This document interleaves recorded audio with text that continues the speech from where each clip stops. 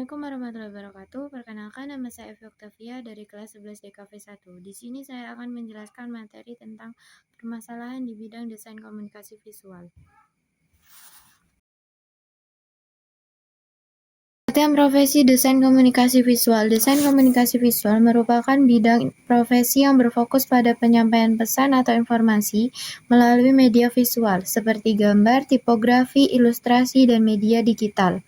Seorang desainer DKV dituntut untuk mampu menggabungkan unsur estetika dan komunikasi agar pesan dapat diterima dengan baik oleh masyarakat. Masalah di bidang DKV, kurangnya pemahaman klien dalam bidang desain komunikasi visual adalah kondisi ketika klien tidak mengerti bagaimana proses, nilai, dan tujuan dari sebuah desain dibuat. Artinya klien belum memahami bahwa desain itu bukan sekadar gambar, tetapi hasil dari proses berpikir, riset, dan kreativitas.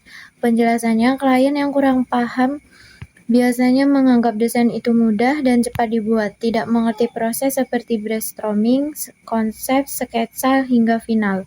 Memberikan arahan yang tidak jelas, sering meminta revisi tanpa alasan yang tepat. Contoh nyata misalnya klien bilang, pokoknya yang bagus ya, bebas, brief, tidak jelas. Setelah jadi, klien minta banyak perubahan karena ternyata tidak sesuai keinginan. Klien membandingkan harga desain dengan yang murah tanpa melihat kualitas. Dampaknya, desainer jadi bingung dan kerja tidak terarah. Kesimpulannya, kurangnya pemahaman klien adalah masalah komunikasi dan pengetahuan. Karena itu, penting bagi desainer untuk menjelaskan proses kerja dan membuat brief yang jelas agar hasil sesuai harapan. Plagiarisme atau penjiplakan adalah tindakan mengambil atau meniru karya orang lain tanpa seizin dan tanpa memberikan penghargaan kepada pembuat aslinya, lalu mengakuinya sebagai karya sendiri. Dalam bidang desain komunikasi visual, plagiarisme bisa berupa menyalin desain orang lain secara utuh, meniru konsep, ide, atau gaya desain yang sangat mirip. Contoh nyatanya, meniru logo brand terkenal lalu hanya mengganti nama, mengambil desain dari internet dan dipakai untuk tugas atau proyek. Dampaknya, melanggar hak cipta, merugikan pembuat asli, menurunkan kepercayaan terhadap desainer, bisa terkena masalah hukum. Kesimpulannya, plagiarisme adalah tindakan tidak jujur dan berkaya. Seorang desainer harus menjunjung tinggi kreativitas dan originalitas serta menghargai karya orang lain. Harga jasa tidak dihargai adalah kondisi ketika hasil kerja desainer dianggap kurang bernilai, sehingga klien memberikan bayaran yang terlalu rendah atau tidak sesuai dengan usaha, waktu, dan keahlian yang telah dikeluarkan.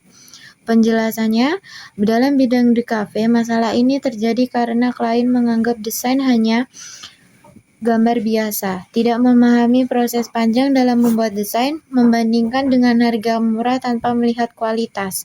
Banyak desainer pemula yang menawarkan harga sangat rendah. Kondisi berlebihan adalah kondisi ketika klien meminta perubahan revisi desain terlalu banyak, terus-menerus, dan sering tanpa alasan yang jelas atau tanpa batas yang disepakati. Penjelasannya, dalam bidang DKV, revisi sebenarnya hal yang wajar, tapi jadi masalah jika tidak ada batas jumlah revisi, perubahan dilakukan berulang-ulang, arah konsep sering berubah di tengah proses.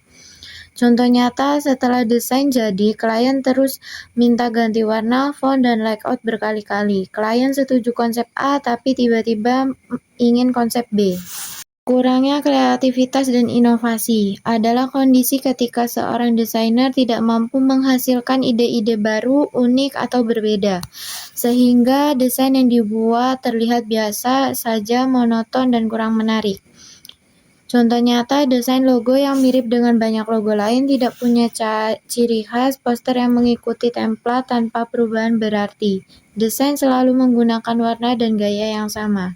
Keterbatasan skill dan teknologi adalah kondisi ketika seorang desainer belum memiliki kemampuan skill yang cukup atau tidak didukung oleh teknologi atau perangkat yang menandai untuk membuat desain secara maksimal.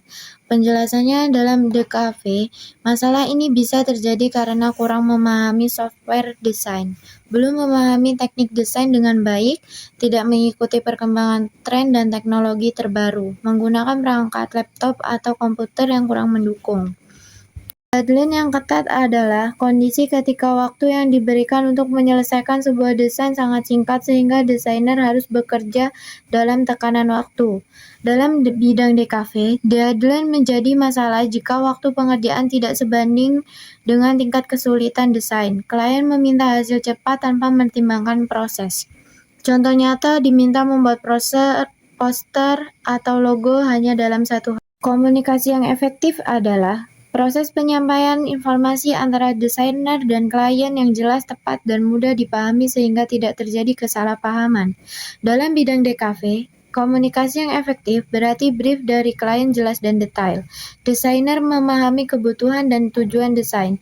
Ada diskusi dua arah, tidak satu pihak saja. Informasi disampaikan dengan bahasa yang mudah dipahami. Penghargaan terhadap hak cipta adalah kondisi ketika karya desain digunakan, disalin, atau disebarluaskan tanpa izin dari pembuatnya dan tanpa memberikan kredit yang layak.